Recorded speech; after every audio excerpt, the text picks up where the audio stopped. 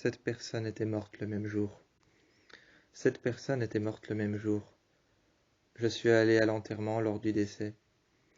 Lors du décès, je suis allé à l'enterrement. Cette personne morte le même jour. Je me suis tenu devant le cercueil. J'y ai déposé une fleur, une rose rouge, une rose blanc pâle, une rose rose pâle, une rose rouge et une rose noire. Je les ai jetées, j'ai regardé le cercueil s'enfoncer.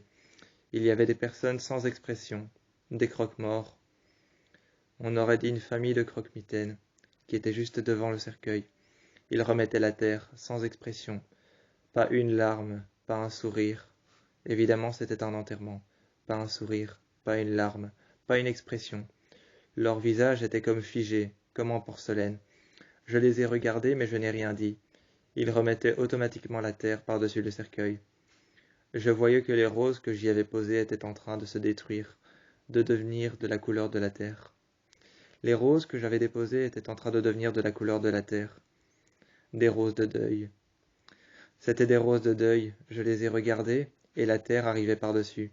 Finalement, elles disparaissaient. Elles disparaissaient de mon regard. J'ai soulevé les yeux et j'ai vu une femme en face du cercueil, avec un parapluie. J'ai vu une femme avec un parapluie noir.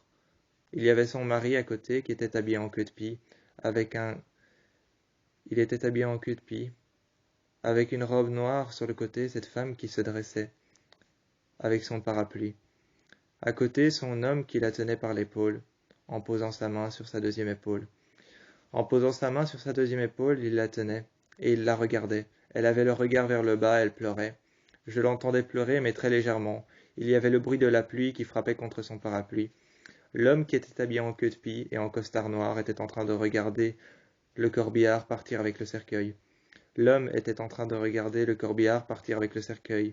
Il était habillé en queue de pie avec un costard noir, un grand manteau noir qui retombait jusque par terre. J'arrivais presque à ne plus voir ses jambes. La femme à côté tournait son regard vers le cercueil qui était en train de s'enfoncer dans la terre. Les roses pâles, roses, blanches, rouges et noires étaient en train de disparaître.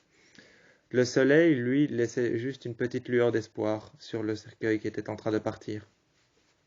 Le soleil était en train de laisser une petite lueur d'espoir sur le cercueil qui était en train de partir.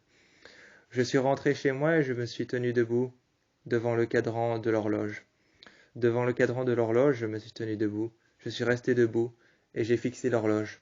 J'ai attendu que le temps passe. J'ai regardé les heures s'écouler. J'ai attendu que les heures s'écoulent, je regardais le temps passer et je me suis assis. Soudainement, j'ai eu l'impression de ne pas avoir de souvenir de ces 7 personnes qui sont mortes. Cette personne qui est morte particulièrement, je n'avais pas de souvenir d'elle. J'ai regardé par la fenêtre et je n'ai vu qu'une ombre, la mienne. Je n'ai vu qu'une ombre dehors, la mienne. J'ai regardé par la fenêtre et je me suis tourné. Je me suis plié dans mon lit. J'ai mis mes jambes tout contre mon corps et je me suis plié contre moi. Contre moi, je me suis plié, j'ai mis mes jambes contre mon corps et alors j'ai mis la couverture par-dessus mon corps. J'ai redressé mes jambes que j'ai étendues dans le lit. Je me suis endormi et quand j'ai fermé les yeux, j'avais l'impression d'avoir une visite dans ma chambre. Quelqu'un se dressait juste devant le cadran de l'horloge et était en train de faire comme moi, regarder le temps passer. Je me suis levé en sursaut. La paume de mes mains qui était en train de serrer les draps du lit blanc, un lit blanc qui était immaculé et propre. La paume de mes mains était en train de le serrer. Je me suis relevé en sursaut. J'avais le buste droit et les jambes tendues. Je regardais cette ombre immobile, regarder le cadran de l'horloge. Les 3 aiguilles, minutes, secondes et heures qui étaient juste au-dessus, pile comme s'il était minuit. Et cette ombre regardait le cadran de l'horloge. Je lui ai demandé qui elle était. Elle a tourné son regard vers moi. Elle n'avait pas d'yeux, pas réfléchissant. Elle n'avait pas d'yeux, pas de nez, pas réfléchissant, et pas de bouche. Je la regardais. Ses yeux ne réfléchissaient pas. Il n'y avait pas de lumière dans son visage, pas de lumière dans son expression. Il n'y avait rien, juste une ombre noire, l'ombre d'une personne. J'ai été vers la fenêtre et je regardais dehors, il y avait cette ombre derrière moi. Derrière mon ombre, il y avait cette ombre qui me regardait. Elle me faisait un signe et se penchait sur le côté. Je n'ai jamais su qui était cette personne, pourtant j'ai fait des recherches.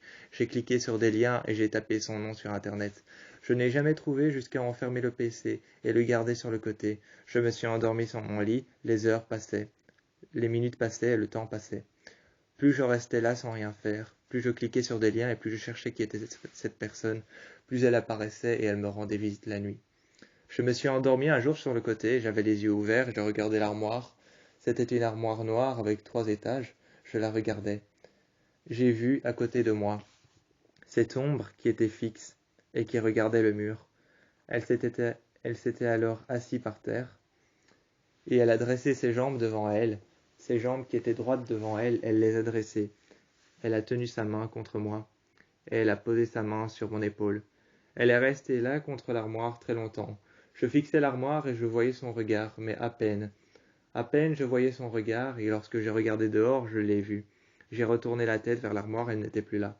Je n'ai jamais su qui était cette personne. De temps en temps, quand j'allais dans le salon, les portes s'ouvraient toutes seules, les lumières s'allumaient et s'éteignaient. Je pensais que c'était elle qui voulait me parler, mais ce n'a jamais été elle.